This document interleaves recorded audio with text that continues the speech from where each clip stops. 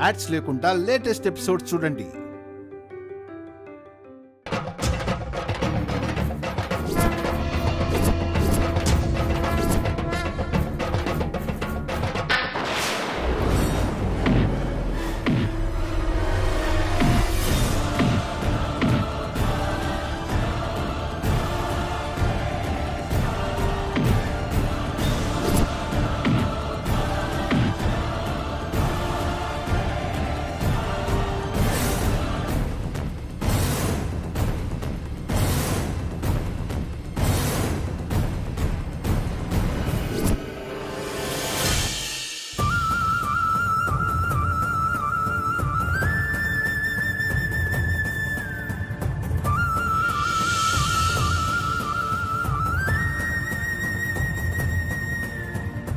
ఆపదలో ఉన్న ఈ భక్తురాలి మొర ఆలకించి ప్రత్యక్షమయ్యావు. నా మాంగళ్యాన్ని కాపాడావు. తొందరలో నా భర్త నాకు దక్కేటట్టు చేయండి స్వామి.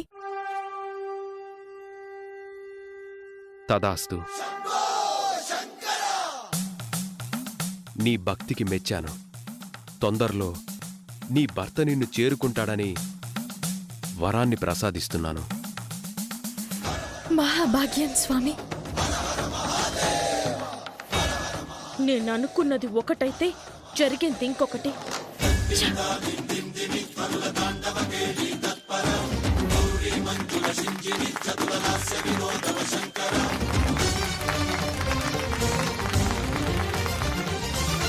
శ్రీకర్ బాబు అచ్చం శివుళ్ళ భలే కుదిరాడమ్మా. మాకైతే నాటకంలా అనిపించలేదు.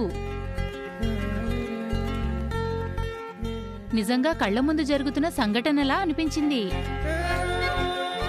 మీ ఇంట్లో మంచి కళాకారులు కూడా ఉన్నారమ్మా. అవునవును,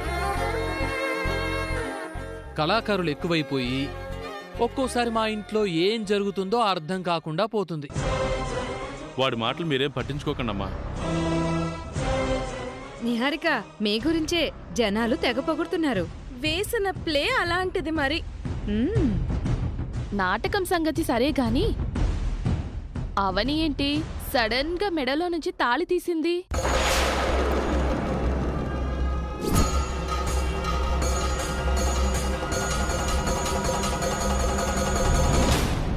చెప్పవని.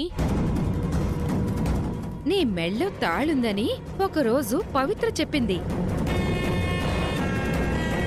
అప్పుడు మేము చూసే ప్రయత్నం కూడా చేశాం, కుదరలేదు. ఒకవేళ అది గాని నిజమా ఏంటి?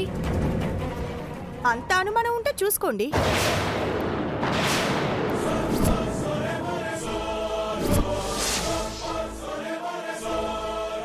అవని నాటకంలో వేసిన పాత్ర తన జీవితంలో నిజంగా జరిగిందేమో.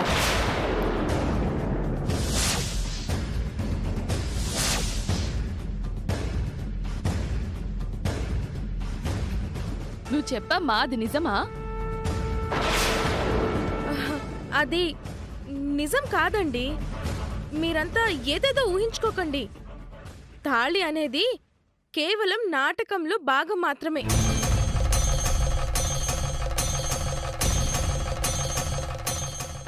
తాళి ముందు నుంచే ఉన్నది కాదు. అది అప్పటికప్పుడు చూపించింది మాత్రమే. అమ్మా సుజాత, అవనికి పెళ్లి కాలేదని నీకు తెలుసు కదా, మరి అలా అడుగుతావేంటమ్మా? అవునమ్మా, మా ఇంటి కోడలిగా చేసుకోవాలనుకున్నావు. జాతకం కుదరకపోవడం వల్ల అది కుదరలేదు. ఆ విషయం కూడా నీకు తెలుసు కదా. అన్నీ తెలిసి కూడా కొందరెందుకో సంబంధం లేనట్టు మాట్లాడతారు. అవనిని కొట్టడానికి వచ్చిన వాళ్ళు నిజంగానే కొట్టారనిపించింది.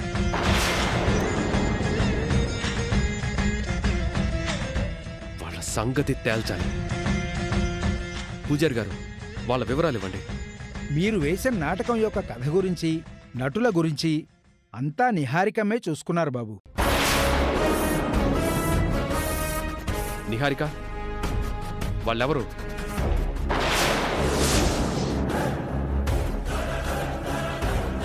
చెప్పు, వాళ్ళెవరు? తెలిసిన వాళ్ళ ద్వారా జూనియర్ ఆర్టిస్ట్ ఏజెంట్కి ఫోన్ చేస్తే నలుగురిని పంపించారు. పాపం వాళ్ళకి కొత్త అనుకుంటా, కాస్త ఎక్కువ ఎమోషనల్ అయ్యారు. అంతేగాని వాళ్ళేం కావాలని చేయలేదు కదా. ముందు నువ్వు వాళ్ళ డీటెయిల్స్ ఇవ్వు. శ్రీకర్, గుళ్ళో గొడవద్దు. అమ్మా అది కాదమ్మా. కావాలని చేయలేదని చెప్పింది కదా. అయినా అవని మీద ఎవరి కోపముంటుంది? శత్రువులు కొన్నిసార్లు మన చుట్టూనే తిరుగుతుంటారు వేదవతి గారు. మీ అనుమానంలో అర్థం లేదు శ్రీకర్. ఇంకా ఆ విషయం గురించి వదిలేయండి. పూజారి గారు, అన్నీ సవ్యంగా జరిగిపోయాయి. చాలా సంతోషంగా ఉంది. ఇక మేం బయలుదేరచ్చా? అలాగేనమ్మా. వెళ్ళొస్తామండి. సరేనమ్మా. వస్తామండి. సరేనయ్యా.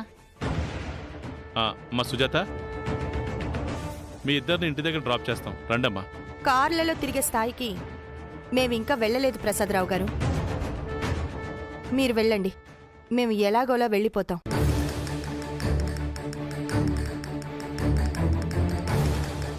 వస్తాం నిహారిక. Bye baby. అలాగే అమ్మా. Take care. Okay daddy.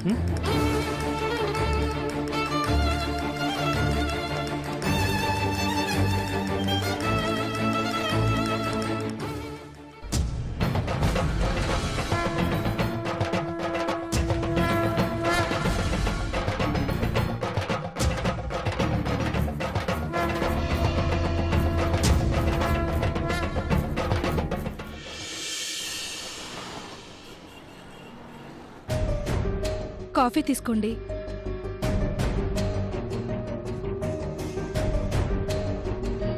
రామ్మా, నీకు కూడా కాఫీ తీసుకొస్తాను. ఏమొద్దు. శివరాత్రి దృశ్యాలు ఇంకా కళ్ళ ముందు కదలాడుతూనే ఉన్నాయి. ఎప్పుడు ఏం జరుగుతుందోనని క్షణక్షణం భయపడి చచ్చాం. మీ ముగ్గురు వేసిన నాటకం అయితే హారిబుల్ అనుకో. అవని మీద నిజంగా అటాక్ జరిగినట్టు అనిపించింది. అంత రియాలిటీగా ఉంది.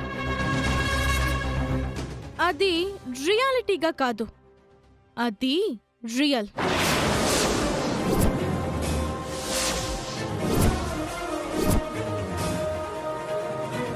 వాట్? ఎస్, అవనిని చంపడానికి నేను అరేంజ్ చేసిన మనుషులు వాళ్ళు.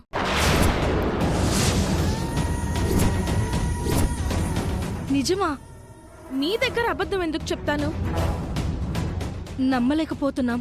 అందుకే ఎవ్వరికి అనుమానం రాకుండా ప్లాన్ చేశాను. మీకు ముందే చెప్తే నా ప్రయత్నాన్ని అడ్డుకుంటారని చెప్పలేదు. తెగించి అంత పెద్ద ప్లాన్ చేశాను. కానీ ఏం లాభం? ఆ వెధవలు వర్కౌట్ చేయలేకపోయారు. నాటకంలో భాగంగా ఆ అవని పైకి పోయుంటే శివరాత్రి నాడు అవని శివైక్యం పొంది కైలాసం చేరుకుంది అని, చాలా అదృష్టవంతురాలని కలరింగిచ్చేదాన్ని. దాంతో అవని అడ్డు తొలగిపోయేది. మంచి ఛాన్స్ మిస్ అయింది.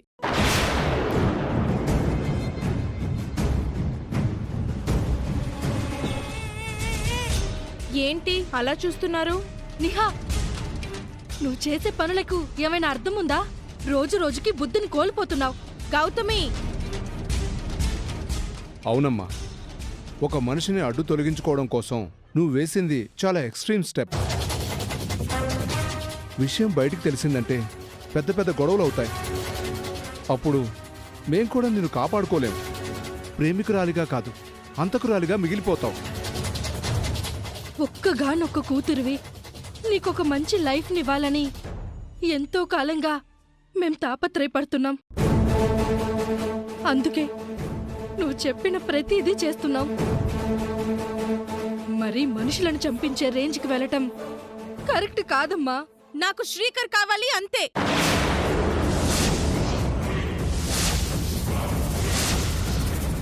నిప్పుల మీద నడవలేవని అలాంటి సాక్షులు మా చేత తెప్పించుకుని తప్పించుకుందామని ప్రయత్నం చేశావు.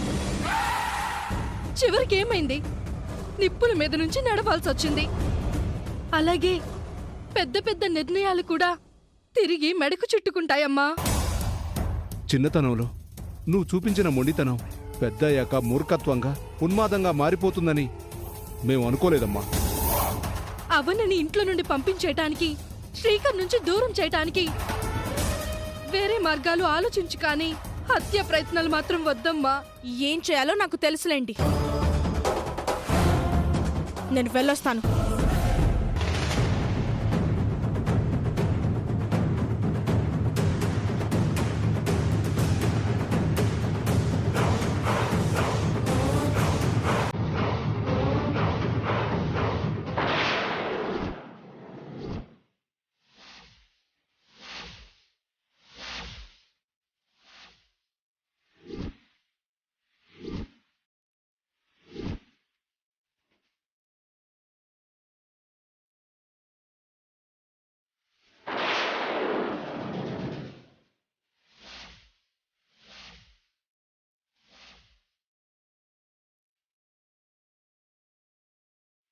నువ్వేంటి నా ఇంటి ముందు ఫాలో అవుతున్నావా? అవును. ఎందుకు? కొన్ని నిజాలు తెలుసుకోవడానికి. ఏం విన్నావు? నన్ను చంపడానికి నువ్వు చేసిన ప్లాన్ గురించి మొత్తం విన్నాను.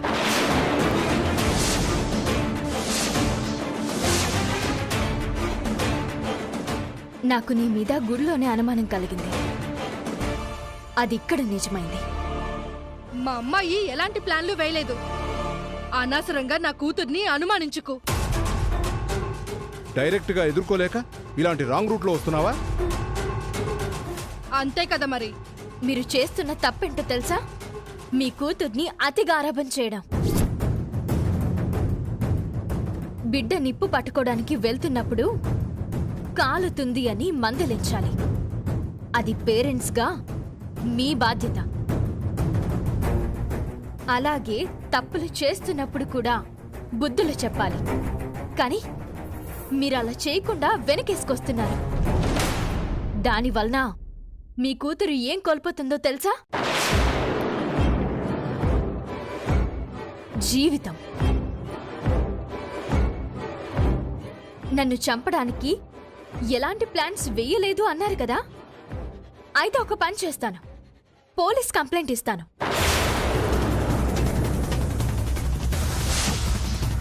ఆ రౌడీలను పట్టుకుని ఇంటరాగేషన్ చేస్తే నిజాలు బయటకొస్తాయి. నిహారికను బయటకు పంపించడం కోసం నేనా పని చేస్తే చాలు. కానీ నేను అలా చెయ్యను. ఎందుకంటే వేదవతి గారికి కాబోయే కోడలి అసలు రూపం ఇదని ప్రపంచానికి తెలిసిపోతుంది. ఎన్నో సంవత్సరాలుగా ఆవిడ నిలబెట్టుకుని వస్తున్న నమ్మకాల మీద మీ వలన మచ్చపడుతుంది. అందుకే చెప్పలేను. అదీ కాక మనిద్దరి మధ్య ఉన్న అగ్రిమెంట్ ఏంటి? నీ అంతటా నువ్వు బుద్ధి తెచ్చుకుని బయటకి వెళ్ళిపోవాలి. నేనా మాటకు ఎప్పటికీ కట్టుబడి ఉంటాను. లేదంటే నిన్ను బయటికి గెంటేయడం నాకు 5 నిమిషాల పని. గెలవడం కోసం మనుషుల్ని చంపే ప్రయత్నాలు చేయకు. ఒకవేళ నువ్వు గెలిచినా అది నిజమైన గెలుపు కాదు. ఇంకోసారి ఇలాంటి పిచ్చి పిచ్చి ప్రయత్నాలు చేయకు.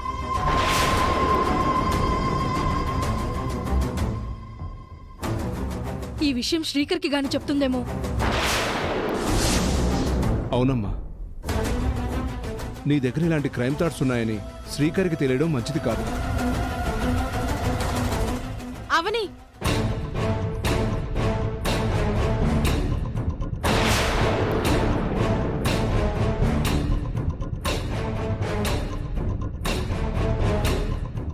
ఈ విషయాలేవి నేనెవరికి చెప్పను. బట్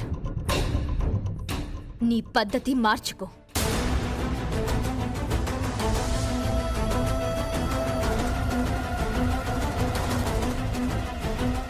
ఈ అవనితో మనం చాలా జాగ్రత్తగా ఉండాలి. ఎప్పుడు ఎక్కడుంటుందో కాస్త కనిపెట్టుకుని ఉండాలి. సరే సరే, నేను బయలుదేరుతాను. సరేనమ్మా.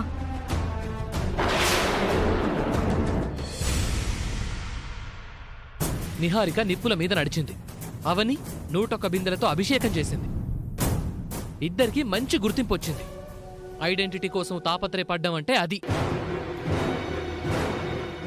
నీకేమో కాళ్ళు కందకూడదు, చేతులకు మట్టంటకూడదు. అలా అయితే గుర్తింపు ఎలా వస్తుంది లావణ్య? నన్ను దెప్పడమే కార్యక్రమంగా పెట్టుకున్నారా ఏంటి? నా తమ్ముడు చెప్పింది కూడా కరెక్టే కదా లావణ్య.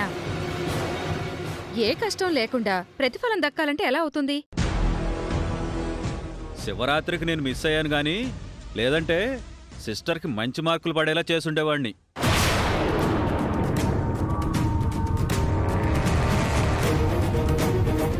ఏంటి మీటింగు? నాన్న శివరాత్రుత్సవాల్లో లేడు కదా, అక్కడ విషయాలు వివరిస్తున్నాం తాతయ్య. అమ్మా, ఏంటి శ్రీ? నాకింకా అనుమానంగానే ఉందమ్మా. తలా తోక లేకుండా మాట్లాడతావేంట్రా? ఏ విషయం గురించి? సరదాగా ఆడుతున్న నాటకంలో అవని మీద కావాలనే ఎవరో అటాక్ చేసినట్టు అనుమానం మరింత ఎక్కువ అవుతుంది.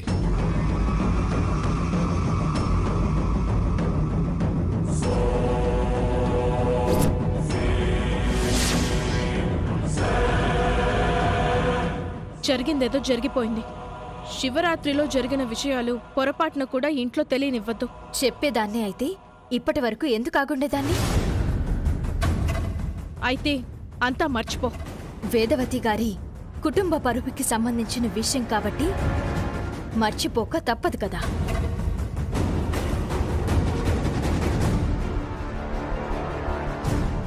ఆ విషయం మాత్రం నేను వదిలిపెట్టనమ్మా.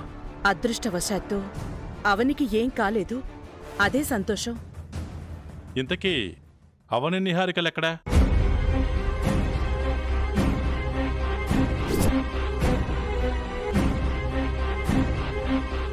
గంగా పార్వతిలా, పద్మావతి అలివేలు మంగళ ఎంత బాగా కలిసొస్తున్నారో చూడండి.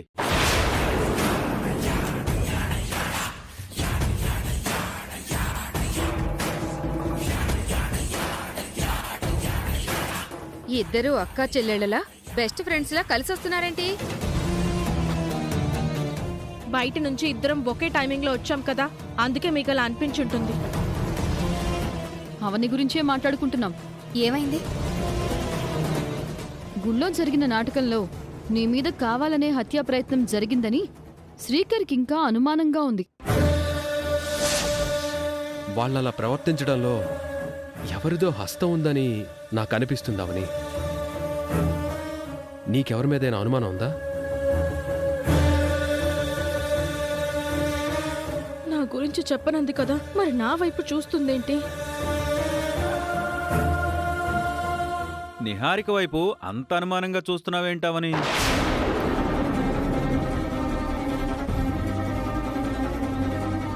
ఆ ఆర్టిస్టులు సీన్లో లీనమైపోయి కాస్త ఓవర్ చేశారని నిహారిక చెప్పింది కదా. నాకు ఎవరి మీద అనుమానం లేదు శ్రీకర్ గారు.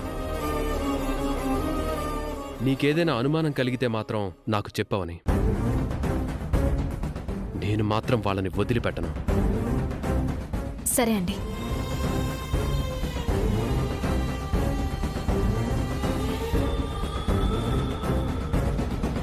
శ్రీ, మాకు చిన్న పనుంది, మేం బయటికెళ్ళొస్తాం. పదండి.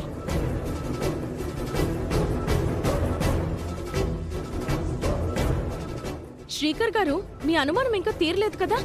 మంచి టైం చూసి ఆ ఆర్టిస్టులను నేను పిలిపిస్తానులేండి. మీరు పోలీసోడ్లాగా ఇన్వెస్టిగేషన్ చేద్దురు గాని, సరేనా?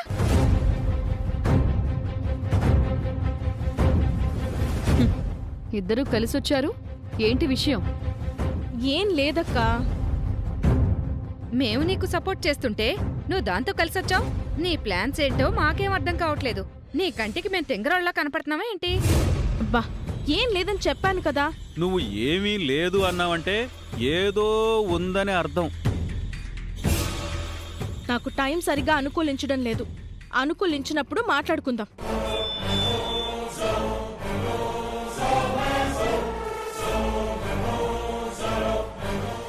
మామూలుది కాదు, నివురు కప్పిన నిప్పు.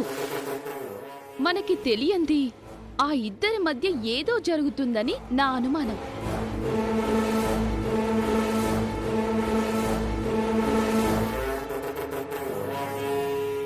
నా గురించి తప్ప అందరి గురించి మాట్లాడుకుంటారు.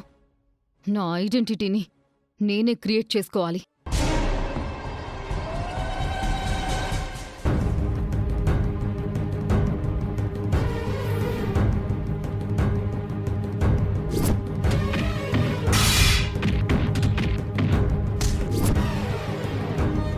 జరిగిన విషయం శ్రీకర్ గారితో చెప్పానంటే నిహారికను 5 నిమిషాలు కూడా ఇంట్లో ఉండనివ్వరు.